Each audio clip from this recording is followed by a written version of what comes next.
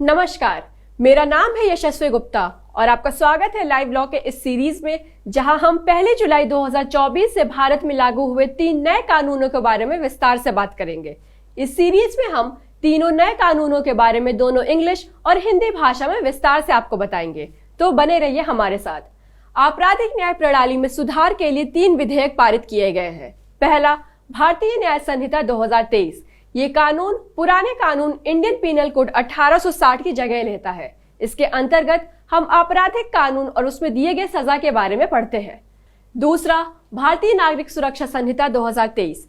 ये कानून सीआरपीसी यानी कोड ऑफ क्रिमिनल प्रोसीजर 1973 की जगह लेता है, जिसमें हम अलग अलग क्रिमिनल प्रोसीजर्स जैसे एफआईआर कैसे दर्ज करें, मैजिस्ट्रेट का अधिकार क्या है, अपील करने का प्रोसीजर क्या होता है, ट्रायल यानी परीक्षण कैसे होता है, ऐसे ही तमाम प्रोसीजर्स के बारे में पढ़ते हैं।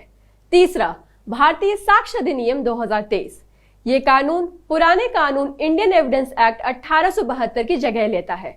और जैसा कि आप जानते हैं, इंडियन एविडेंस एक्ट के अंतर्गत हम एविडेंस क्या होता है, eye witness, circumstantial evidence, photocopy evidence और ऐसे विभिन्न मुद्दों से डील करते हैं। आज इस एपिसोड में हम भारतीय साक्ष्य अधिनियम पर चर्चा करेंगे। सबसे पहले मैं आपको ये बताना चाहती हूँ कि इस कानून के नाम में बदलाव आया है और साथ ही इसके अंदर भी कुछ बदलाव आए हैं और सारी चीजों को इस छोटे से एपिसोड में बताना भी मुश्किल है। आइए हम कुछ खास बदलावों के बारे में जानते हैं। सबसे पहले तो मैं आपको बता दूं कि पुराने एक्ट के अधिकांश प्रावधान नए एक्ट में सेम है, बस सेक्शन नंबर्स बदल दिए गए हैं। इसके ऊपर एक क्रिटिसिज्म भी है कि इतने सालों से हमारे टीचर्स, वकील, जजेस सबने जो भी पढ़ा है और हमें पढ़ाया है, उन्हें वो फिर से दोबारा पढ़ना होगा। चलिए फिर अब और देर न करते हुए इस नए कानून में हुए बदलावों के बारे में जानते हैं और पुराने भारतीय साक्ष्य अधिनियम 1872 और नए भारतीय साक्ष्य अधिनियम 2023 के बारे में तुलनात्मक रूप से पढ़ते हैं। नए कानून भारतीय साक्ष्य अधिनियम 2023 में कुल 170 धाराएं हैं जो 12 अध्यायों में विभाजित हैं। वहीं इंडियन एविडेंस एक्ट 1872 में कुल 167 धाराएं और 11 अध्याय थे। नए कानून में 23 धाराओं को संशोधित किया गया है, 5 धाराओं को पूर्ण रूप से निरस्त किया गया है और एक नई धारा जोड़ी गई है। आइए कि धारा 3J, धारा 82, 88, धारा 113, धारा 166 को निरस्त कर दिया गया है और इनके प्रावधानों को बीएससी 2023 से हटा दिया गया है। इंडियन एविडेंस एक्ट 1872 3 पार्ट में डिवाइडेड था, जिसमें पार्ट 1 में रेलेवेंसी ऑफ फैक्ट्स यानी तथ्यों की सुसंगति के बारे में प्रावधान थे, जो धारा 1 से लेकर 55 तक थे। पार्ट 2 में ऑन प्रूफ यानी सबूतों के विषय के बारे में प्रावधान थे, जो धारा 56 से 100 तक थे। Part 3 production and effect of evidence यानी साक्ष्य का पेश किया जाना और उसके प्रभाव से संबंधित था, जिसमें धारा 101 से 167 तक थे। वहीं भारतीय साक्ष्य अधिनियम 2023 में 4 पार्ट्स हैं। पार्ट 1 में धारा 1 और 2 है। वहीं पार्ट 2 रेलेवेंसी ऑफ फैक्ट्स यानी तथ्यों की सुसंगति के बारे में बताता है, जिसमें धारा 3 से 50 तक है। पार्ट 3 में ऑन प्रूफ यानी सबूत के विषय में प्रावधान है, जिसमें धारा 51 से 103 तक है। पार्ट 4 में production and effect of evidence यानी साक्ष्य का पेश किया जाना और उसके प्रभाव से संबंधित प्रावधान है, जिसमें धारा 104 से 170 तक है। अब आइए जानते हैं कि वो कौन सी नई धाराएं हैं जो जुड़ी हैं भारतीय साक्ष्य अधिनियम 2023 में। भारतीय साक्ष्य अधिनियम 2023 की धारा 21D में इलेक्ट्रॉनिक और डिजिटल रिकॉर्ड को शामिल करके दस्तावेज यानी डॉक्यूमेंट की परिभाषा को संशोधित किया गया है।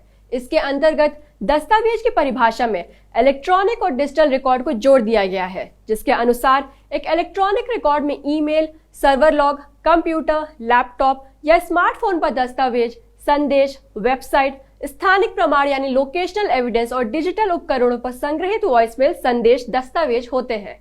बीएससी 2023 में मौखिक साक्ष्य को इलेक्ट्रॉनिक रूप से भी दिए जाने की अनुमति दी गई है। इसके साथ ही धारा 21E के अंतर्गत साक्ष्य यानी एविडेंस की परिभाषा में भी इलेक्ट्रॉनिक और डिजिटल रिकॉर्ड को जोड़ दिया गया है। वहीं धारा 22 जो कि प्रलोभन, धमकी या वादे के बारे में किया गया कन्फेशन आपराधिक प्रक्रिया में अप्रासंगिक यानी इररेलेवेंट होती है, इससे संबंधित है। इसमें अब दबाव यानी कोवर्शन को भी शामिल कर दिया गया है, मतलब दबाव में दिया गया कन्फेशन अब अमान्य होगा।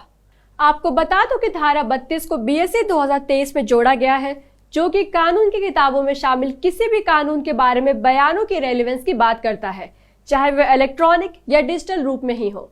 धारा 39 के तहत विशेषज्ञ यानी एक्सपर्ट के दायरे को बढ़ाकर अब किसी अन्य क्षेत्र में विशेष कौशल रखने वाले व्यक्तियों को भी शामिल किया गया है। बीएसए की धारा 57 जो प्राथमिक साक्ष्य के बारे में जानकारी देता है, उसके तहत प्राथमिक साक्ष्य के रूप में डिजिटल और इलेक्ट्रॉनिक रिकॉर्ड अब मान्य है। बीएसए 2023 की धारा 58 जो कि सेकेंडरी एविडेंस के बारे में है, अब इस प्रावधान में मौखिक और लिखित स्वीकृतियां यानी एविडेंस के साथ साथ उन व्यक्तियों के साक्ष्य भी शामिल हैं जो जटिल दस्तावेजों की जांच करने में कुशल हैं। भारतीय साक्ष्य अधिनियम 2023 की धारा 61 के अंतर्गत नया प्रावधान लाया गया है, जिसके अनुसार डिजिटल या इलेक्ट्रॉनिक रिकॉर्ड का अन्य दस्तावेजों के समान ही कानूनी प्रभाव और वैधता होगी। धारा 138 में किया गया संशोधन अब सहयोगियों यानी अकम्प्लिस को आरोपी के खिलाफ अदालत में गवाही देने की अनुमति देता है। पहले कानून केवल इस बात को संबोधित करता था कि यदि अकेले सहयोगी की गवाही के आधार पर सजा होती है तो वह अवैध नहीं मानी जाएगी। मूल रूप से यह संशोधन यह सुनिश्चित करने के लिए है कि सहयोगी गवाही दे सकता है और यदि उनकी गवाही की पुष्टि होती है तो यह अभी भी वैध सजा का आधार बन सकती है। वहीं सबसे आखिर में भारतीय साक्ष्य अधिनियम 2023 में धारा 170 को शामिल किया गया है। धारा 170 भाग 1 निरसन और व्यावृत्ति से संबंधित है, जिसके अंतर्गत ये लिखा गया है कि भारतीय साक्ष्य अधिनियम 1872 को निरस्त किया जाता है और धारा 170 भाग 2 के अनुसार नया कानून शुरू होने से ठीक पहले जो भी आवेदन, प्रशिक्षण, जांच, अन्वेषण, कार्यवाही या अपील चल रही है उसे पुराने कानून 1872 के भारतीय साक्ष्य अधिनियम की तरह ही निपटाया जाएगा, जैसे कि नया कानून अब तक शुरू ही ना हुआ हो। 1 जुलाई 2024 से सभी न्यायालयों, कानूनी पेशेवरों को भारतीय साक्ष्य अधिनियम में निर्धारित नए नियमों का पालन करना होगा। भारतीय साक्ष्य अधिनियम 2023 पर हमारी ये वीडियो देखने के लिए आपका धन्यवाद। अपनी अगली वीडियो में हम भारतीय न्याय संहिता के बारे में बात करेंगे। अगर आपको यह वीडियो पसंद आया हो तो इसे लाइक, शेयर और सब्सक्राइब करना न भूलें और आप इसके बारे में क्या सोचते हैं हमें कमेंट सेक्शन में जरूर बताएं। अगर आप ये वीडियोस इंग्लिश में देखना चाहते हैं तो लाइव लॉ को फॉलो करिए और बने रहिए हमारे साथ। Thank you.